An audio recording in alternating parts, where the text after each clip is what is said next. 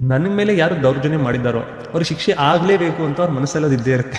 ಬರೀ ಒಂದು ಜನರೇಷನ್ ಅಲ್ಲ, ಒಂದು ವ್ಯಕ್ತಿ ಅಲ್ಲ, ಒಂದು ಪರಿವಾರ ಅಲ್ಲ, ತಲಾಂತರವರೆಗೂ ಅದರೊಂದು ಎಫೆಕ್ಟ್ ನಮಗೆ ಕಾಣಿಸ್ಕೊಳ್ತಾ ಇದೆ.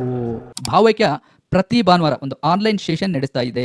ನಿಮಗೇನಾದ್ರು ಜೀವನದ ಬಗ್ಗೆ, ಧರ್ಮದ ಬಗ್ಗೆ, ದೇವರ ಬಗ್ಗೆ ತಿಳ್ಕೋಬೇಕು ಅನ್ನೋ ಆಸಕ್ತಿ ಇತ್ತು ಅಂದ್ರೆ ಡಿಸ್ಕ್ರಿಪ್ಷನ್ ಅಲ್ಲಿ ವಾಟ್ಸ್ಆಪ್ ನಂಬರ್ ಅನ್ನ ಹಾಕಿರ್ತೀವಿ. ನೀವು ಅದಕ್ಕೊಂದು ಹಾಯ್ ಅಂತ ಮೆಸೇಜ್ ಕಳಿಸಿದ್ರೆ ನಾವು ನಿಮಗೆ ಸೆಷನ್ ಲಿಂಕ್ ಅನ್ನ ಶೇರ್ ಮಾಡ್ತೀವಿ. ಭಾವೈಕ್ಯ ಕಡೆಯಿಂದ ಒಂದು ಆಪ್ ಕೂಡ ಇದೆ. ಈ ಒಂದು ಲಿಂಕ್ ಅನ್ನು ಕೂಡ ಡಿಸ್ಕ್ರಿಪ್ಷನ್ ಅಲ್ಲಿ ಕೊಟ್ಟಿರ್ತೀವಿ. ನೀವು ಅಲ್ಲಿ ಹೋಗಿ ಡೌನ್ಲೋಡ್ ಮಾಡಬಹುದು. ಮತ್ತೆ ಇದು ಪ್ಲೇ ಸ್ಟೋರ್ ಅಲ್ಲಿ ಕೂಡ ಲಭ್ಯವಿದೆ. ಪ್ರಮುಖವಾದ ಒಂದು ಸಿದ್ಧಾಂತ ಅಂದ್ರೆ ಕರ್ಮ ಸಿದ್ಧಾಂತ. ನನ್ನ ಪ್ರಕಾರ ಜನ ಯಾರು ಒಪ್ಕೊಳ್ತಾರೋ ಇಲ್ಲೋ ಅದು ಪ್ರಶ್ನೆ ಹೇಳ್ತಾ ಇಲ್ಲ. ಸೈದ್ಧಾಂತಿಕವಾಗಿ ಒಪ್ಪಿಗೆ ಇರದೇ ಇರಬಹುದು, ಆದ್ರೆ ಒಂದು ತುಂಬಾ ಬ್ಯೂಟಿಫುಲ್ ಮತ್ತು ಪ್ರಖರವಾದ ಮತ್ತು ತುಂಬಾ ಇಂಪಾರ್ಟೆಂಟ್ ಆದ ಪ್ರಾಮುಖ್ಯವಾದ ಸಿದ್ಧಾಂತ ನನ್ನ ಪ್ರಕಾರ ಅದು ಕರ್ಮ ಸಿದ್ಧಾಂತ. ಓಕೆ.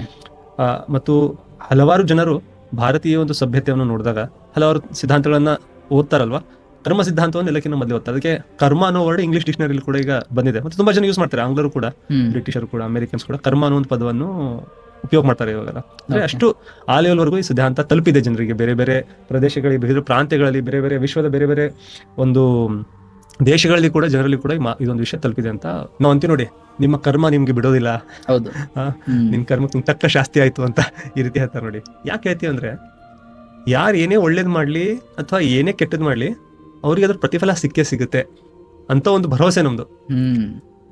ವಿಶೇಷವಾಗಿ ಯಾರು ದಬಾಯಿಸಲ್ಪಡ್ತಾರೋ, ಯಾರ ಮೇಲೆ ದೌರ್ಜನ್ಯ ಆಗುತ್ತೋ, ಯಾರಿಗೆ ಅದರ ಒಂದು ಸೇಡ್ ತೀರಿಸ್ಕೊಳ್ಳೋ ಶಕ್ತಿ ಇಲ್ವೋ ಅಥವಾ ಅವ್ರ ಅರ್ಹತೆ ಇಲ್ವೋ ಯಾವುದೇ ಒಂದು ಇದರಿಂದ, ಅವರಿಗೆ ನನ್ನ ಮೇಲೆ ಯಾರು ದೌರ್ಜನ್ಯ ಮಾಡಿದಾರೋ ಅವ್ರಿಗೆ ಶಿಕ್ಷೆ ಆಗ್ಲೇಬೇಕು ಅಂತ ಅವ್ರ ಮನಸ್ಸಲ್ಲಿ ಇದ್ದೇ ಇರುತ್ತೆ. ಪ್ರಬಲವಾಗಿರುತ್ತೆ. ಖಂಡಿತ ಇರುತ್ತೆ. ಎಲ್ಲಿಯೂ ಒಂದು ಕಡೆ ನಮ್ಮ ಮನಸ್ಸು ಕೂಡ ಈ ಮಾತನ್ನು ಒಪ್ಪುತ್ತೆ. ಅಂದ್ರೆ ತಪ್ಪು ಮಾಡಿದವರಿಗೆ ಶಿಕ್ಷೆ ಆಗ್ಬೇಕು, ಒಳ್ಳೆಯವ್ರು ಮಾಡಿದ್ದಕ್ಕೆ ಒಳ್ಳೆ ಒಂದು ಪ್ರತಿಫಲ, ಪುಣ್ಯ ಸಿಗಬೇಕು ಅವನಿಗೆ ಮನಸ್ಸಲ್ಲಿಯೂ ಕೂಡ ಇದೆ, ನ್ಯಾಚುರಲ್ ಆಗಿ ಇದೆ ನನ್ನ ಪ್ರಕಾರ.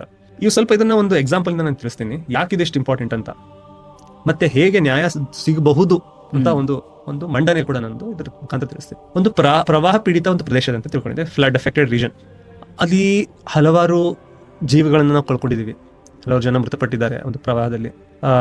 ಬೆಳೆ ಎಲ್ಲ ನಾಶ ಆಗಿದೆ, ಫಸಲು, ಜನ ಎಲ್ಲ ನಮ್ಮ ಹಲವಾರು ತಿಂಗಳುಗಳು ಕೆಲಸ ಮಾಡಿ ಜಮೀನನ್ನ ಉಳಿ ಬೇಸಾಯ ಮಾಡಿ ಬೆಳೆ ಬರೋ ಟೈಮ್ ಅಲ್ಲಿ ಅಥವಾ ಬೆಳೆ ಬಂದು ನಿಂತ ಮೇಲೆ ಅದೇನು ಕಟ್ ಮಾಡ್ಬೇಕನ್ನೋ ಮುಂಚೆ ಪ್ರವಾಹ ಬಂದ್ಬಿಟ್ಟು ನೀರು ಬಂದ್ಬಿಟ್ಟು ಎಲ್ಲ ನಾಶ ಆಗಿದೆ, ಪ್ರಾಣಿಗಳು ಸತ್ತಿದ್ದಾವೆ, ಊರಿಂದ ಊರೇ ಮುಳುಗಿ ಹೋಗಿದೆ, ತುಂಬಾ ಕಷ್ಟ ಆಗಿದೆ ಜನ.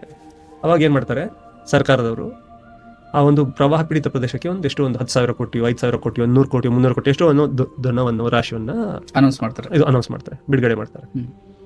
ಈಗ ದುಡ್ಡು ಬರ್ತಾ ಏನಾಗುತ್ತೆ, ಒಂದು ಸಿಂಪಲ್ ಎಕ್ಸಾಂಪಲ್, 1,000 ಕೋಟಿ ಅಂತ ತಿಳ್ಕೊಳ್ಳಿ. ಆ 1,000 ಕೋಟಿ ಎಂದು ಬಂದ್ಬಿಟ್ಟು ಆ ಪೀಡಿತರಿಗೆ, ಪ್ರವಾಹ ಪೀಡಿತರಿಗೆ ಮುಟ್ಟೋದಿಲ್ಲ. ಅದು ಬರೋಷ್ಟರಲ್ಲಿ 1,000 ಕೋಟಿ ಹೋಗ್ಬಿಟ್ಟು 10 ಕೋಟಿ ಆಗಿರುತ್ತೋ, 1 ಕೋಟಿ ಆಗಿರುತ್ತೋ, ಎಷ್ಟು ಒಂದಾಗಿರುತ್ತೆ. ಯಾಕೆ ಹೇಳಿ, ಅಲ್ಲಿ ನಡುವೆ ಜನ ಇದ್ದಾರಲ್ವಾ, ಅವರೆಲ್ಲ ತಗೊಂಡಿರ್ತಾರೆ, ಶಕ್ತಿಯುತ ಜನರು, ಅವರೆಲ್ಲರೂ ಕೂಡ ಒಂದೊಂದು ಲೆವೆಲ್ ಅಲ್ಲಿ ಒಂದೊಂದು ಕರಪ್ಷನ್ ಲೆವೆಲ್ ಇದೆ. ಅಲ್ಲಿ 100 ಕೋಟಿ ಬಂದ್ಬಿಟ್ಟು ಮೊದಲು 80 ಆಗುತ್ತೆ, 80 70 ಆಗುತ್ತೆ, 60 ಆಗುತ್ತೆ, ಹೀಗೆ ಕಟ್ ಆಗ್ತಾ ಎಲ್ಲರೂ ತಮ್ಮ ಕಟ್ ತಗೊಂಡ್ಬಿಟ್ಟು ಕಟ್ ಆಗಿ ಲಾಸ್ಟ್ 1-2 ಕೋಟಿ ಅಷ್ಟು ಬಂದಿರುತ್ತೆ. ಈಗ ಇದರಿಂದ ಏನಾಗುತ್ತೆ ನೋಡಿ, ಆ ಪ್ರವಾಹ ಪೀಡಿತರು ಒಂದು 5,000 ಜನ ಇದಾರೆ ಅಂತ ಹೇಳೋಣ, ಸುಮ್ಮನೆ ಒಂದು ಎಕ್ಸಾಂಪಲ್ ಆಗಿ ಹೇಳ್ತಾ ಇದ್ದೀನಿ ಜನರಿಗೆ ಯಾವ ರೀತಿ ವರ್ಕ್ ಆಗುತ್ತೆ ಅಂತ. ಕರ್ಮ ಫಲದ ಒಂದು ಚೇನು. 5,000 ಜನರಲ್ಲಿ 1,000 ಜನರು ಹೇಗೋ ಸ್ವಲ್ಪ ದುಡ್ಡಿರೋರು, ಅರ್ಹತೆ ಉಳ್ಳವರು ಅಂತ ತಿಳ್ಕೊಳ್ಳಿ. ಮಿಕ್ಕಿ ಒಂದು 4,000 ಜನರು ಬಡವರು. ಮತ್ತೆ ಅಷ್ಟು ಬಡವರು ನಮ್ಮ ದೇಶದಲ್ಲಿ ಇದ್ದಾರೆ ಅಂತ ನಮ್ಗೆ ಗೊತ್ತು. 4,000 ಜನರು, 5,000ರಲ್ಲಿ 4,000 ಜನರು ಬಡವರು ಅಂತ ತಿಳ್ಕೊಳ್ಳಿ. ಆ 4,000ರಲ್ಲಿ ಮತ್ತೆ ಒಂದು 2-3 ಸಾವಿರ ಅತಿ ಬಡವರು ಅಂತ ಕೂಡ ತಿಳ್ಕೊಳ್ಳಿ, ಕಡು ಬಡವರು. ಈಗ 1 ವರ್ಷ ಅವರು ಫಸಲಿಂದ ಅವ್ರಿಗೇನು ದುಡ್ಡು ಸಿಕ್ಕಿಲ್ಲ, ಅವ್ರಿಗೇನು ಪ್ರಾಫಿಟ್ ಆಗಿಲ್ಲ. ಅಂತ ಒಂದು ಸಮಯದಲ್ಲಿ ಅವ್ರಿಗೆ ಸಿಗ್ಬೇಕಾಗಿರೋ ಪರಿಹಾರ ಧನ, ದುಡ್ಡು ಅವರಿಗೆ ಸಿಕ್ಕಿಲ್ಲ ಅಂದ್ರೆ ಏನಾಗುತ್ತೆ. ಒಂದು ಎಕ್ಸಾಂಪಲ್ ತಗೊಂಡು ಫ್ಯಾಮಿಲಿ ಇದೆ, ಆ 4,000 ಜನರಲ್ಲಿ 1,000 ಫ್ಯಾಮಿಲಿಗಳಿವೆ ಅಂತ ತಿಳ್ಕೊಳ್ಳಿ, ಪರಿವಾರಗಳು ಅಂತ ತಿಳ್ಕೊಳ್ಳಿ. ಅಪ್ಪ ಅಮ್ಮ 2 ಮಕ್ಕಳು. ಅದರಲ್ಲಿ ಕೆಲವೊಂದರಲ್ಲಿ ಅಪ್ಪ ತೀರ್ಕೊಂಡಿರ್ತಾನೆ, ಮೃತಪಟ್ಟಿರ್ತಾರೆ ಅವರು ಆ ಪ್ರವಾಹದಲ್ಲಿ. ಈಗ 2 ಮಕ್ಕಳು ಶಾಲೆಗೆ ಹೋಗ್ತಾ ಇರ್ತವೆ.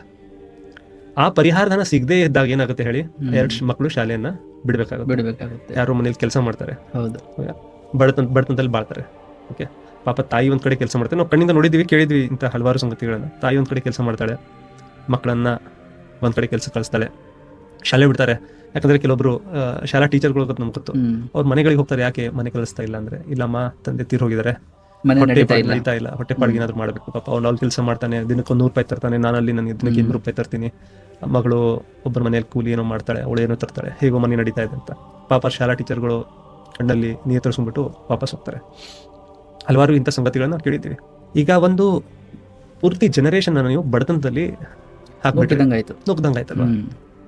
ಅದಕ್ಕೆ ಕಾರಣ ಅವರೇ. ಅದಕ್ಕೆ ಕಾರಣ ಯಾರು ಈ ಪರಿಹಾರ ಧನವನ್ನ ಲೂಟಿ ಮಾಡ್ತಾ ಇದ್ದಾರೋ, ಸ್ಕ್ಯಾಮ್ ಮಾಡ್ತಾ ಇದ್ದಾರೋ, ಮತ್ತೆ ತಮ್ಮ ಮನೆಗಳನ್ನ ಕಟ್ತಾ ಇದ್ದಾರೋ, ತಮ್ಮ ಮಕ್ಕಳನ್ನ ಹೊರ ದೇಶದಲ್ಲಿ ಐಷಾರಾಮಿನಲ್ಲಿ ಇಟ್ಬಿಟ್ಟು ಕಲಿಸ್ತಾ ಇದಾರಲ್ವಾ, ಅವರೆಲ್ಲರೂ ಕೂಡ ಇದಕ್ಕೆ ರೆಸ್ಪಾನ್ಸಿಬಲ್ ಅಲ್ವಾ. ಅವ್ರ ಶ್ರಮದಿಂದ ಏನು ಅವರು ಜೀವನ ನಡೆಸ್ತಾ ಇಲ್ಲ, ಮತ್ತೊಬ್ಬರನ್ನ ಕಿತ್ಕೊಂಡು ಅವರು ನಡೆಸ್ತಾ ಇದ್ದಾರೆ. ಈಗ ಈ ಒಂದು ಜನರೇಷನ್ ಅಂತೂ ಫ್ಯೂಚರ್ ಹೋಯ್ತಲ್ವಾ, ಹೋಯ್ತು. ಈಗ ಈ ಬ್ರೇಡ್ ಮಕ್ಳು ಇರ್ತಾರಲ್ವಾ, ಅವ್ರ ಮಕ್ಕಳಾದ್ರೂ ಕೂಡ ಅವರು ಬಡತನಲ್ಲೇ ಬೆಳಿತಾರೆ. ಕರೆಕ್ಟ್ ಹೌದಲ್ವಾ. ಹೇಗೋ ಏನೋ ಓದಿಸ್ಬಿ ಹೇಗೋ ಮಾಡಿ ಪಾಪ ಯಾರಿ ಮಕ್ಳಿದ್ರಲ್ವಾ, ತಂದೆಯನ್ನು ಕಳ್ಕೊಂಡಿರೋ ಮಕ್ಕಳು ಹೇಗೋ ದೊಡ್ಡವರಾಗಿ ಏನೋ ಬಳಸ್ತಾರೆ, ಏನೋ ಮಾಡ್ತಾರೆ. ಯಾವ್ದೊಂದು ಶಾಲೆಗೆ ಹೋಗ್ತಾ ಇರ್ತಾರೆ, ಗೌರ್ಮೆಂಟ್ ಶಾಲೆಗೆ. ಆ ಒಂದು ಶಾಲೆಗೂ ಕೂಡ ಗೌರ್ಮೆಂಟ್ನ ಒಂದು ಅನುದಾನ ಪರಿಹಾರ ಏನೇನೋ ಬರುತ್ತಲ್ಲ, ಫಂಡ್ಸ್ ಬರುತ್ತೆ, ಅದ್ರಲ್ಲೂ ಕೂಡ ಹಗರಣ ಆಗುತ್ತೆ. ಅಲ್ಲಿ ಕೂಡ ಫಂಡ್ಸ್ ಎಲ್ಲ ಹೋಗುತ್ತೆ, ಅವ್ರಿಗೆ ಮುಟ್ಟೋದೇ ಇಲ್ಲ.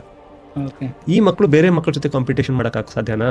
ಅಥವಾ ಆ ಹುದ್ದೆಗಳಿಗೆ ಏನ್ ಬೇರೆ ಜನರು ಬರ್ತಾ ಇದಾರೋ, ಅಥವಾ ನಮ್ಮಂತ ನಿಮ್ಮಂತವ್ರ ದೇವ್ರ ದಯದಿಂದ ತುಂಬಾ ಒಳ್ಳೆ ಇದ್ರಲ್ಲಿ ಇಟ್ಬಿಟ್ಟು ಒಳ್ಳೆ ಶಾಲೆಯಲ್ಲಿ ಮಕ್ಕಳನ್ನ ಕಳಿಸ್ತಾ ಇದೀವಿ ನಾವು ಎಷ್ಟೋ ಜನ. ನಮ್ಮ ಮಕ್ಕಳ ಜೊತೆ ಅವರು ಕಂಪೀಟ್ ಮಾಡಕ್ ಸಾಧ್ಯನಾ? ಇಲ್ಲ. ಸೊ ಇದ್ರ ಅರ್ಥ ಈ ಒಂದು ಹಗರಣಗಳಿಂದ ಬರೀ ಒಂದು ಜನರೇಷನ್ ಅಲ್ಲ, ಒಂದು ವ್ಯಕ್ತಿ ಅಲ್ಲ, ಒಂದು ಪರಿವಾರ ಅಲ್ಲ, ತಲಾಂತರವರೆಗೂ ಅದ್ರ ಒಂದು ಎಫೆಕ್ಟ್ ನಮ್ಗೆ ಕಾಣಿಸ್ಬರ್ತಾ ಇದೆ. ಕರೆಕ್ಟ್. ಅವತ್ತು ಅವರು ಅದನ್ನ ದುಡ್ಡೇನಾರು ಕೊಟ್ಟಿದ್ರೆ ಇವತ್ತು ಈ ಮಕ್ಕಳು ಬಡತನದಲ್ಲಿ ಬೆಳಿತಾ ಇರ್ಲಿಲ್ಲ, ಅವ್ರ ಮಕ್ಕಳು ಕೂಡ ಬಡತನದಲ್ಲಿ ಬರ್ತಾ ಇರ್ಲಿಲ್ಲ. ಮತ್ತೆ ಇದೇ ನೋಡಿ, ನೀವು ಅಂತಾರ ನೋಡಿ, ಅದು 7 ಪೀಳಿಗೆವರೆಗೂ ಇದ್ರ ಎಫೆಕ್ಟ್ ಇದೆ. 7 ಮುಂದೆ ಎಷ್ಟು ಪೀಳಿಗೆ ಇರುತ್ತಲ್ಲ ಅದ್ರ ಪೀಳಿಗೆವರೆಗೂ ಇದ್ರ ಎಫೆಕ್ಟ್ ಇರುತ್ತೆ. ಒಂದು ಪರಿವಾರವನ್ನ ನೀವು ಬಡತನಕ್ಕೆ ನುಗ್ಗಿದ್ರೆ, ಅನ್ಯಾಯದಿಂದ ನೀವು ಅವ್ರ ದುಡ್ಡನ್ನ ತಗೊಂಡ್ರೆ, ಅವ್ರಿಗೆ ಸಿಗ್ಬೇಕಾಗಿರೋ ಒಂದು ನ್ಯಾಯ ನೀವು ಅವ್ರಿಗೆ ದೊರಕಿಸ್ಲಿಲ್ಲ, ಅವ್ರಿಗೆ ಸಿಗ್ಬೇಕಾದ ಪರಿಹಾರದನ್ನ ಅವ್ರಿಗೆ ಸಿಗ್ಲಿಲ್ಲ, ಅವರಷ್ಟೇ ಬಡತನಕ್ಕೆ ಹೋಗಲ್ಲ, ತಲಾಂತರದಲ್ಲಿ ಮುಂದೆ ಬರುವ ಪೀಳಿಗೆಯೂ ಕೂಡ ಬಡತನದಲ್ಲಿ ಬೀಳುತ್ತೆ. ಅವರೆಲ್ಲ ಅನುಭವಿಸೋ ಒಂದು ಕಷ್ಟ ಅವೆಲ್ಲ ಏನಿದೆಯಲ್ಲ, ಅವೆಲ್ಲವೂ ಆ ಒಂದು ಯಾರ ದುಡ್ಡನ್ನು ತಿಂದಿರ್ತಾರಲ್ಲ ಅವ್ರಿಗೆ ತಟ್ಟುತ್ತೆ. ಮತ್ತೆ ಯಾವಾಗವರೆಗೂ ತಟ್ಟುತ್ತೆ? ಎಲ್ಲಿವರೆಗೂ ಅವ್ರು ಮಾಡಿರೋ ಪಾಪ ಕೃತ್ಯದ ಒಂದು ಇಫೆಕ್ಟ್ ಇಲ್ಲಿ ಕಾಣಿಸ್ಕೊಳ್ತಾ ಇದೇನೋ ಅಲ್ಲಿವರೆಗೂ ಅಕೌಂಟ್ಗೆ ಅದು ಜಮಾ ಆಗ್ತಾ ಇರ್ಬೇಕಲ್ವಾ, ತಿಳಿತಾ ಇದೆಯಲ್ವಾ.